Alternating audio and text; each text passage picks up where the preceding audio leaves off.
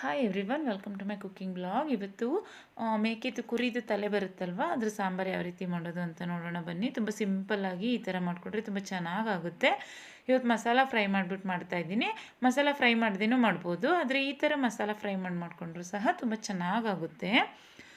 First ನಾನಿಲ್ಲಿ ಒಂದು PAN ತೊಗೊಂಡಿದ್ದೀನಿ. ಒಂದು ಪ್ಯಾನ್ಗೆ ಒಂದು 2 ಸ್ಪೂನಷ್ಟು ಎಣ್ಣೆ ಹಾಕ್ಕೊಂಡಿದ್ದೀನಿ. ಸ್ವಲ್ಪ ಶುಂಠಿ ಬೆಳ್ಳುಳ್ಳಿ ಎಲ್ಲ ಈ ಸಾಂಬಾರಿಗೆ ಜಾಸ್ತಿನೇ ಹಾಕ್ಕೋಬೇಕು. ಮಟನ್ ಸಾಂಬಾರಿಗಿಂತ ಸ್ವಲ್ಪ ಜಾಸ್ತಿ ಹಾಕ್ಕೊಬೇಕು, ತುಂಬ ಚೆನ್ನಾಗಾಗುತ್ತೆ. ಶುಂಠಿ ಬೆಳ್ಳುಳ್ಳಿ ಮತ್ತು ಈರುಳ್ಳಿಯನ್ನು ಅಷ್ಟೇ, ದೊಡ್ಡ ಈರುಳ್ಳಿ ಆಗಿರೋದ್ರಿಂದ 2 ಈರುಳ್ಳಿಯನ್ನು ಹಾಕ್ಕೊಂಡಿದ್ದೀನಿ. ಚಿಕ್ಕ ಈರುಳ್ಳಿ ಆದರೆ 4 ಈರುಳ್ಳಿಯನ್ನು ಹಾಕ್ಕೊಳ್ಳಿ, ತುಂಬ ಚೆನ್ನಾಗಾಗುತ್ತೆ. ಶುಂಠಿ ಬೆಳ್ಳುಳ್ಳಿ ಕ್ವಾಂಟಿಟಿನೂ ಅಷ್ಟೇ ಒಂದು ಸ್ವಲ್ಪ ಜಾಸ್ತಿ ತೊಗೊಂಡಿದ್ದೀನಿ. ಏಕೆಂದರೆ ಸಾಂಬಾರು, ತಲೆ ಸಾಂಬಾರಿಗೆ ಇದೆಲ್ಲ ಸ್ವಲ್ಪ ಜಾಸ್ತಿ ಹಾಕ್ಕೊಂಡ್ರೆ ತುಂಬ ಚೆನ್ನಾಗಾಗುತ್ತೆ. ಈಗ ಇದನ್ನು ಸ್ವಲ್ಪ ಒಂದು 5 ನಿಮಿಷ ಚೆನ್ನಾಗಿ ಫ್ರೈ ಮಾಡ್ಕೊಳ್ಬೇಕು. ನಾನು ಮೀಡಿಯಮ್ ಫ್ಲೇಮಲ್ಲಿ ಚೆನ್ನಾಗಿ ಅದನ್ನು ಫ್ರೈ ಮಾಡ್ಕೊತಾ ಇದ್ದೀನಿ. ಈಗ ಒಂದು 5 ನಿಮಿಷ ಫ್ರೈ ಆಯ್ತಲ್ವ, ಆವಾಗ ಇದಕ್ಕೆ ಸ್ವಲ್ಪ ಚಕ್ಕೆ ಮತ್ತು ಲವಂಗವನ್ನು ಇಲ್ಲೇ ಸೇರಿಸ್ಕೊತಾ ಇದ್ದೀನಿ, ಬಾಣಲಿಯಲ್ಲಿ ಫ್ರೈ ಮಾಡುವಾಗಲೇ. ನಂತರ ಒಂದು ಅರ್ಧ ಕಟ್ಟಷ್ಟು ಕೊತ್ತಂಬರಿ ಸೊಪ್ಪನ್ನು ಸೇರಿಸ್ಕೊಂಡಿದ್ದೀನಿ. ಈಗ ಚೆನ್ನಾಗಿ ಅದನ್ನು ಲೋ ಫ್ಲೇಮಲ್ಲಿ ಇಟ್ಕೊಂಡು ಚೆನ್ನಾಗಿ ಫ್ರೈ ಮಾಡ್ಕೋಬೇಕು ಒಂದು 5 ನಿಮಿಷ. ನೋಡಿ, ಈಗ ಚೆನ್ನಾಗಿ ಫ್ರೈ ಆಯಿತು. ಈಗ ಇದಕ್ಕೆ 1 ಸ್ಪೂನಷ್ಟು ಅರಿಶಿನ ಪುಡಿಯನ್ನು ಹಾಕ್ಕೊಂಡಿದ್ದೀನಿ. ಈಗ ಫುಲ್ಲು ಲೋ ಫ್ಲೇಮಲ್ಲಿ ಇಟ್ಕೊಂಡು ಚೆನ್ನಾಗಿ ಫ್ರೈ ಮಾಡ್ಕೋಬೇಕು.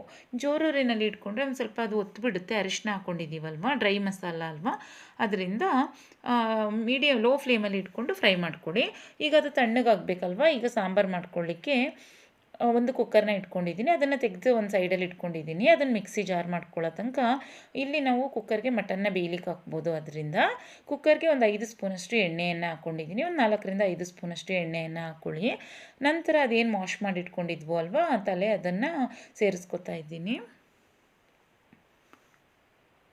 ಈಗ ಅದನ್ನು ಅಷ್ಟೇ ಸೇರಿಸ್ಕೊಂಡ್ಮೇಲೆ ಚೆನ್ನಾಗಿ ಅದನ್ನು ಎಣ್ಣೆಯಲ್ಲಿ 1 ನಿಮಿಷ ಫ್ರೈ ಮಾಡ್ಕೊಳ್ಬೇಕು.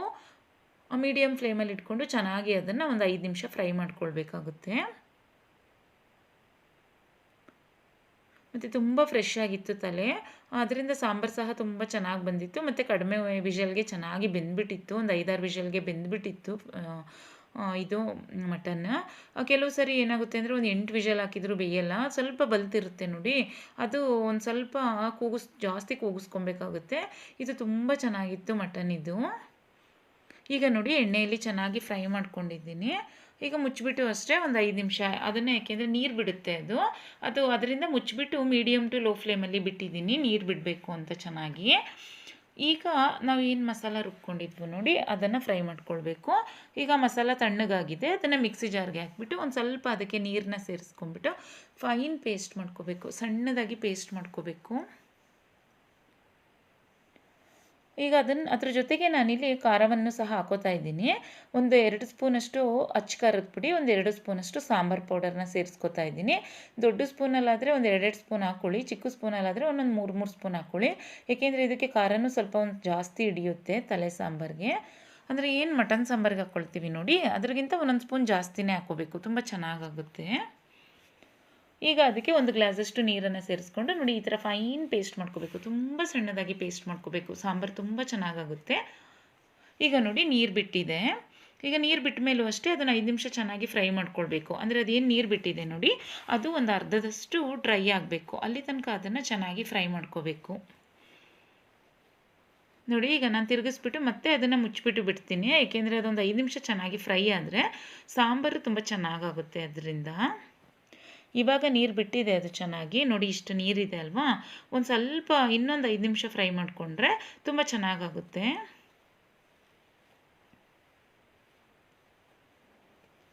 ನಾನೀಗ ಅದನ್ನು ಮುಚ್ಚಿಬಿಟ್ಟು ಮತ್ತೆ ಇನ್ನೊಂದು 5 ನಿಮಿಷ ಚೆನ್ನಾಗಿ ಒಂದು ಸ್ವಲ್ಪ ನೀರು ಡ್ರೈ ಆಗಲಿ ಅಂತ ಬಿಟ್ಟಿದ್ದೆ. ಈಗ ನೋಡಿ, ಮತ್ತೆ ಈಗ ಒಂದು ಸ್ವಲ್ಪ ನೀರು ಡ್ರೈ ಆಯ್ತಲ್ವಾ, ಈಗ ಅದಕ್ಕೆ ನಾನು ರುಬ್ಕೊಂಡಿರುವಂತಹ ಮಸಾಲವನ್ನು ಸೇರಿಸ್ಕೊತಾ ಇದ್ದೀನಿ.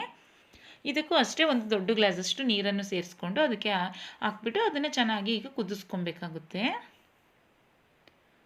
ನೋಡಿ, ಈಗ ಈರುಳ್ಳಿ, ಬೆಳ್ಳುಳ್ಳಿ, ಶುಂಠಿದೆಲ್ಲ ಏನು ಮಸಾಲ ಹಾಕಿದ್ವಲ್ವ, ಇದಕ್ಕೆ ನಾನು ಖಾರನೂ ಸಹ ಸೇರಿಸ್ಕೊಂಡಿದ್ದೀನಿ ಇವತ್ತು, ಅಚ್ಚ ಖಾರದ ಪುಡಿನ. ಈ ಥರ ಮಾಡಿಕೊಂಡ್ರು ಸಾಂಬಾರು ತುಂಬ ಚೆನ್ನಾಗಾಗುತ್ತೆ. ತುಂಬ ಟೈಪಲ್ಲಿ ಮಾಡ್ಕೊಳ್ಬೋದು ಈ ಸಾಂಬಾರನ್ನ. ಈ ಥರ ಮಾಡಿಕೊಂಡ್ರು ಸಹ ತುಂಬ ಟೇಸ್ಟಿಯಾಗಿ ಬಂದಿತ್ತು ಸಾಂಬಾರು. ಈಗ ನೋಡಿ ಅದನ್ನು ಕುದಿಬೇಕು ಚೆನ್ನಾಗಿ. ಅದರಿಂದ ಮುಚ್ಚಿಬಿಟ್ಟು ಹಾಗೆ 5 ನಿಮಿಷ ಮುಚ್ಚಿಬಿಟ್ಟು ಬಿಟ್ಟಿದ್ದೀನಿ ಕುದೀಲಿ ಅಂತ. ಈಗ ಇನ್ನೊಂದು ಮಸಾಲವನ್ನು ರುಬ್ಕೋಬೇಕು. ಒಂದು ಮಿಕ್ಸಿ ಜಾರ್ಗೆ ಈಗ ತೆಂಗಿನಕಾಯಿ ಮತ್ತು ಕಡಲೆ ಎಣ್ಣೆ ಹಾಕ್ಕೊಂಡು ರುಬ್ಕೋತಾ ಇದ್ದೀನಿ. ಅಂದರೆ ಒಂದು ಅರ್ಧ ಬೌಲಷ್ಟು ತೆಂಗಿನಕಾಯಿ ಹಾಕ್ಕೊಂಡಿದ್ದೀನಿ, ಒಂದು 2 ಸ್ಪೂನಷ್ಟು ಕಡಲೆ ಎಣ್ಣೆ ಹಾಕ್ಕೊಂಡಿದ್ದೀನಿ. ಈಗ ಅದಕ್ಕೆ ಒಂದು ಗ್ಲಾಸಷ್ಟು ನೀರನ್ನು ಹಾಕ್ಕೊಂಡು ಫೈನ್ ಪೇಸ್ಟ್ ಮಾಡ್ಕೋಬೇಕು. ತುಂಬ ಸಣ್ಣದಾಗಿ ನುಣ್ಣದಾಗಿ ರುಬ್ಕೋಬೇಕು ಅದನ್ನು. ನೋಡಿ ಈಗ ಆ ಸೈಡ್ ಅದು ರುಬ್ಕೊಂಡಾಯ್ತಲ್ವ, ಅಷ್ಟರೊಳಗೆ ಇಲ್ಲಿ ಚೆನ್ನಾಗಿ ಕುದೀತಾ ಇದೆ ಮಸಾಲ. ಇಷ್ಟು ಚೆನ್ನಾಗಿ ಕುದಿಸ್ಕೊಬೇಕು ಮಸಾಲವನ್ನು, ಸಾಂಬಾರು ತುಂಬ ಚೆನ್ನಾಗಾಗುತ್ತೆ. ಈಗ ಇದಕ್ಕೆ 1 ಸ್ಪೂನಷ್ಟು ಉಪ್ಪನ್ನು ಸಹ ಸೇರಿಸ್ಕೊತಾ ಇದ್ದೀನಿ. ಉಪ್ಪು ಎಷ್ಟು ಬೇಕು ನೋಡ್ಕೊಂಡು ಸೇರಿಸ್ಕೊಳ್ಳಿ, ಮತ್ತೆ ಸಹ ಸೇರಿಸ್ಕೊಬೋದು. ಮತ್ತು ಇದಕ್ಕೀಗ 2 ಟೊಮೊಟೊವನ್ನು, ಸ್ವಲ್ಪ ಜಾಸ್ತಿ ಇದೆ ಅಲ್ವ ಸಾಂಬಾರು, ಅದರಿಂದ 2 ಟೊಮೊಟೊವನ್ನು ಸೇರಿಸ್ಕೊತಾ ಇದ್ದೀನಿ. ಟೊಮೊಟೊನೂ ಅಷ್ಟೇ ನೀಟಾಗಿ ಸಣ್ಣದಾಗಿ ಕಟ್ ಮಾಡಿಬಿಟ್ಟು ಹಾಕ್ಕೊಳ್ಳಿ. ಅದು ಸಾಫ್ಟ್ ಆಗೋ ತನಕ ಟೊಮೊಟೊವನ್ನು ಸಹ ಬೇಯಿಸ್ಕೊಬೇಕಾಗುತ್ತೆ. ನಾನು ಹೆಚ್ಚಿಟ್ಕೊಂಡಿರಲಿಲ್ಲ, ಅದರಿಂದ ಇಲ್ಲೇ ಹೆಚ್ಚಿಬಿಟ್ಟು ಸೇರಿಸ್ತಾ ಇದ್ದೀನಿ. ಮೊದಲೇ ಇದನ್ನೆಲ್ಲ ಹೆಚ್ಚಿಟ್ಕೊಂಡ್ರೆ ಈಸಿ ಆಗಿಬಿಡುತ್ತೆ ಸಾಂಬಾರು ಮಾಡುವಾಗ. ಈಗ ಅದನ್ನು ಹಾಕ್ಬಿಟ್ಟು ಅಷ್ಟೇ ಮುಚ್ಚಿಬಿಟ್ಟು ನೋಡಿ ನಾನೊಂದು 5 ನಿಮಿಷ ಕುದಿಸ್ಕೊತೀನಿ, ಏಕೆಂದರೆ ಟೊಮೊಟೊ ಸಾಫ್ಟ್ ಆಗಬೇಕಲ್ವ ಅದರಿಂದ. ಈಗ ನೋಡಿ 5 ನಿಮಿಷ ಆಯಿತು, ಟೊಮೊಟೊ ಸಹ ತುಂಬ ಚೆನ್ನಾಗಿ ಸಾಫ್ಟ್ ಆಗಿದೆ. ಈಗ ಇದಕ್ಕೆ ನಾವೇನು ಗ್ರೈಂಡ್ ಮಾಡ್ಕೊಂಡಿದ್ವು ನೋಡಿ ತೆಂಗಿನಕಾಯಿ ಮತ್ತು ಕಡಲೆ, ಅದನ್ನು ನಾನಿಲ್ಲಿ ಸೋಸ್ಬಿಟ್ಟು ಹಾಕೋತಾ ಇದ್ದೀನಿ. ಏಕೆಂದರೆ ಅದು ನಾನು ತೆಂಗಿನಕಾಯಿನ ಕಟ್ ಮಾಡಿಬಿಟ್ಟು ಹಾಕ್ಕೊಂಡಿದ್ದೆ ಅಲ್ವಾ, ರುಬ್ಬಿಟ್ಟು ಹಾಕ್ಕೊಂಡ್ರೆ ಏನಾಗುತ್ತೆ ಚೆನ್ನಾಗಿ ಫೈನ್ ಪೇಸ್ಟ್ ಆಗಿರುತ್ತೆ. ಕಟ್ ಮಾಡಿ ಹಾಕಿರ್ತೀನಿ ನೋಡಿ ನಾನು ತೆಂಗಿನಕಾಯಿನ, ಒಂದೊಂದು ತೆಂಗಿನಕಾಯಿ ಹಾಗೆ ಮಿಕ್ಕಿರುತ್ತೆ, ಅದರಿಂದ ನಾನು ಸೋಸ್ಬಿಟ್ಟು ಮಸಾಲವನ್ನು ಸಾಂಬಾರಿಗೆ ಹಾಕೋತೀನಿ. ನೋಡಿ ಈಗ ಸೋಸೋದೇನಿರುತ್ತೆ ಅದಕ್ಕೆ ಈಗ ನಾನು ದೊಡ್ಡದೊಂದು ಸೋಸೋದನ್ನ ತೊಗೊಂಡು ಅದಕ್ಕೆ ಅದೇನು ಗ್ರೈಂಡ್ ಮಾಡ್ಕೊಂಡಿದ್ದೆ ನೋಡಿ ಅದನ್ನು ಹಾಕ್ಬಿಟ್ಟು ನೋಡಿ, ಈಗ ಅಲ್ಲಿ ನಿಮಗೆ ಕಾಣುತ್ತೆ ನಾನು ಒಂದು ಸ್ವಲ್ಪ ಅದೇನು ಗ್ರೈಂಡ್ ಮಾಡ್ಕೊಂಡಿದ್ದೀನಿ, ಒಂದೊಂದು ತೆಂಗಿನಕಾಯಿ ಪೀಸ್ಗಳು ಹಾಗೆ ಮಿಕ್ಕಿರುತ್ತೆ. ಅದು ಸಾಂಬಾರಿಗೆ ಡೈರೆಕ್ಟಾಗಿ ಹಾಕಿದ್ರೆ ಚೆನ್ನಾಗಲ್ಲ, ಸಾಂಬಾರಲ್ಲಿ ಹಾಗಾಗಿ ತರ್ತರಿಯಾಗಿ ಸಿಗುತ್ತೆ ನೋಡಿ, ಸಾಂಬಾರಷ್ಟು ಚೆನ್ನಾಗಾಗಲ್ಲ. ಅದರಿಂದ ಈ ಥರ ಸೋಸ್ಕೊಳ್ತೀನಿ. ಯಾರು ರುಬ್ಬಿಟ್ಟು ಅಂದರೆ ತುರಿದ್ಬಿಟ್ಟು ತೆಂಗಿನಕಾಯಿನ ಪೇಸ್ಟ್ ಮಾಡ್ಕೊಂಡಿರ್ತಾರೆ ಅವರೇನು ಈ ಥರ ಸೋಸ್ಕೊಳ್ಳೋ ಅವಶ್ಯಕತೆ ಇಲ್ಲ. ಮತ್ತು ಇದಕ್ಕೆ ನಾವು ಯಾವ ಹದದಲ್ಲಿ ಬೇಕು ನೀರನ್ನು ಸಹ ಸೇರಿಸ್ಕೋಬೇಕು. ನಾನು ನೋಡಿ ಇಲ್ಲಿ, ಏಕೆಂದರೆ ಇದೊಂದು 5-6 ವಿಷಲ್ ಬರೆಸ್ಕೋಬೇಕಲ್ವಾ, ತುಂಬ ಗಟ್ಟಿಯಾಗಿಬಿಡುತ್ತೆ ನೀರು ಸೇರಿಸ್ಕೊಳ್ಳಿಲ್ಲ ಅಂದರೆ. ಅದರಿಂದ ಒಂದು ಸ್ವಲ್ಪ ಲಿಕ್ವಿಡ್ ರೀತಿಯೇ ಇರಬೇಕು, ಸ್ವಲ್ಪ ನೀರು ಥರನೇ ಇರಬೇಕು ಸಾಂಬಾರು. ಅದು ಕುದ್ದ ಮೇಲೆ ಚೆನ್ನಾಗಿ ಪರ್ಫೆಕ್ಟಾಗಿ ಆಗುತ್ತೆ. ನೋಡಿ ಈ ಹದದಲ್ಲಿ ಸಾಂಬಾರನ್ನ ಇಟ್ಕೊಂಡ್ರೆ ಸಾಕಾಗುತ್ತೆ. ನೋಡಿ ಈಗ ಪರ್ಫೆಕ್ಟಾಗಿದೆ. ಈಗ ಇದಕ್ಕೆ ನಾವು ರುಚಿಗೆ ತಕ್ಕಷ್ಟು ಉಪ್ಪನ್ನು ಸಹ ಸೇರಿಸ್ಕೊಂಡು ಕುಕ್ಕರ್ ಲಿಡ್ನ ಮುಚ್ಚಿಬಿಟ್ಟು ನಾನಿಲ್ಲಿ 6 ವಿಷಲ್ನ ಬರೆಸ್ಕೊಂಡಿದ್ದೀನಿ. ಮತ್ತು ಇದೇನು ಮಟನ್ ಇತ್ತು ನೋಡಿ ಕುರಿದು ತಲೆದು, ಇದು 6 ವಿಷಲ್ಗೆ ತುಂಬ ಚೆನ್ನಾಗಿ ಬೆಂದಿತ್ತು, ಅಂದರೆ ಚೆನ್ನಾಗಿದೆ ಅಂತ ಇದು ಮಟನ್. ಕೆಲವು ಮಟನ್ ಏನಾಗ್ಬಿಡುತ್ತೆ 8 ವಿಷಲ್ ಆದರೂ ಬೆಂದಿರಲ್ಲ. ನೋಡಿ ಪರ್ಫೆಕ್ಟಾಗಿ ಎಷ್ಟು ಚೆನ್ನಾಗಿ ಬಂದಿದೆ ನೋಡಿ, ಕಲರ್ ಎಷ್ಟು ಚೆನ್ನಾಗಿದೆ ಅಂತ ನೋಡಿ. ಸಾಂಬಾರು ಅದನ್ನು ನೋಡಿ ಎಷ್ಟು ಚೆನ್ನಾಗಿ ಬಂದಿದೆ, ಮುದ್ದೆಗಿಂತೂ ತುಂಬ ಚೆನ್ನಾಗಾಗುತ್ತೆ ಮುದ್ದೆ ಮತ್ತು ರೈಸ್ಗೆ. ಮತ್ತು ಅದು ಮೇಲ್ಗಡೆ ಒಂದು ಸ್ವಲ್ಪ ಜಿಡ್ಡು ಥರ ಬಿಟ್ಕೊಂಡಿರುತ್ತಲ್ವ ನೋಡಿ, ಅದು ಕುಡಿಲಿಕ್ಕೆಲ್ಲ ತುಂಬ ಚೆನ್ನಾಗಿರುತ್ತೆ. ಇದು ನಾನು ಗ್ಲಾಸಿಗೆ ಹಾಕ್ಕೊಂಡೆ ಸೂಪ್ ಥರ ಕುಡಿದು ಬಿಡ್ಬೋದು, ಅಷ್ಟು ಚೆನ್ನಾಗಾಗಿದೆ ಸಾಂಬಾರು. ನಾನು ಅದೇ ಥರ ಈ ಥರ ಕುಕ್ಕರ್ನ ಮುಚ್ಚಿಟ್ಟಿರ್ತೀವಿ ನೋಡಿ, ಅದು ತೆಗೆದ ತಕ್ಷಣ ಮೇಲೆ ಸ್ವಲ್ಪ ನೀರು ಥರ ಬಿಟ್ಕೊಂಡಿರುತ್ತಲ್ವ, ಅದನ್ನು ಒಂದು ಚಿಕ್ಕ ಗ್ಲಾಸ್ಗೆ ಹಾಕ್ಕೊಂಡ್ಬಿಟ್ಟು ಕುಡಿದ್ಬಿಟ್ರೆ ತುಂಬ ಚೆನ್ನಾಗಿರುತ್ತೆ. ನಾನು ಆ ಥರ ಕುಡಿತೀನಿ ಈ ಥರ ಸಾಂಬಾರೆಲ್ಲ ಮಾಡ್ಕೊಂಡಾಗ. ಈಗ ನೋಡಿ ಸರ್ವ್ ಮಾಡಿಬಿಟ್ಟು ಅಂದರೆ ಒಂದು ಬೌಲಿಗೆ ಹಾಕ್ಬಿಟ್ಟು ತೋರಿಸ್ತೀನಿ ಎಷ್ಟು ಚೆನ್ನಾಗಾಗಿದೆ ಅಂತ. ಕೆಲವು ಮಟನ್ ಏನಾಗ್ಬಿಡುತ್ತೆ ಒಂದು 6 ವಿಷಲಿಗೆ ಬೆಂದಿರಲ್ಲ, ಆಗ ಇನ್ನು ಮುಚ್ಚಿಬಿಟ್ಟು ಮತ್ತೆ ಇನ್ನೊಂದು 2 ವಿಷಲ್ ಕೂಗಿಸ್ಕೊಬೇಕಾಗುತ್ತೆ. ಕೆಲವು ಸರಿ ನಮ್ಮ ಮನೆಯಲ್ಲೂ ಹಾಗೆ ಆಗುತ್ತೆ, ಅಂದರೆ ಅದು ಬಲ್ತಿರುತ್ತೆ ನೋಡಿ ತಲೆ, ಆವಾಗ ಒಂದು 6 ವಿಷಲ್ ಕೂಗಿಸಿದ್ರೂ ಬೆಂದಿರಲ್ಲ, ಆಗ ಇನ್ನೊಂದು 2 ವಿಷಲ್ ಕೂಗಿಸ್ಕೊಂಡಾಗ ಪರ್ಫೆಕ್ಟಾಗಿ. ಅಂದರೆ ಇದೇನು ಅಂದರೆ ಬೇಯಿಸ್ಕೊಂಡೇ ತಿನ್ನಬೇಕು ಚೆನ್ನಾಗಿ, ಬೇಯಿಸ್ಕೊಂಡು ತಿನ್ನಲಿಲ್ಲ ಅಂದರೆ ಒಂಥರ ತುಂಬ ರಬ್ಬರ್ ಥರ ಇರುತ್ತೆ ನೋಡಿ, ಎಳೆದ್ಬಿಟ್ಟು ತಿನ್ನಲಿಕ್ಕೆ ಕಷ್ಟ ಆಗುತ್ತೆ. ಅದರಿಂದ ಚೆನ್ನಾಗಿ ಬೇಯಿಸ್ಕೊಂಡ್ರೆ ಇದು ತುಂಬ ಚೆನ್ನಾಗಾಗುತ್ತೆ ತಿನ್ನಲಿಕ್ಕೆ. ಮತ್ತು ಇದಕ್ಕೆ ಮುದ್ದೆ ಮತ್ತು ರೈಸ್ ಮಾಡಿಕೊಂಡ್ರೆ ತುಂಬ ಚೆನ್ನಾಗಾಗೋದು. ಮಧ್ಯಾಹ್ನ ಮುದ್ದೆ ಮತ್ತು ರೈಸ್ ಮಾಡಿಕೊಂಡು ರಾತ್ರಿ ಇದಕ್ಕೆ ಚಪಾತಿ ಇಲ್ಲಾಂದರೆ ಪೂರಿ ಮಾಡಿಕೊಂಡ್ರೆ ತುಂಬ ಚೆನ್ನಾಗಾಗುತ್ತೆ. ಮತ್ತು ಅಕ್ಕಿ ರೊಟ್ಟಿನೂ ಸಹ ತುಂಬ ಚೆನ್ನಾಗಾಗುತ್ತೆ ಇದಕ್ಕೆ.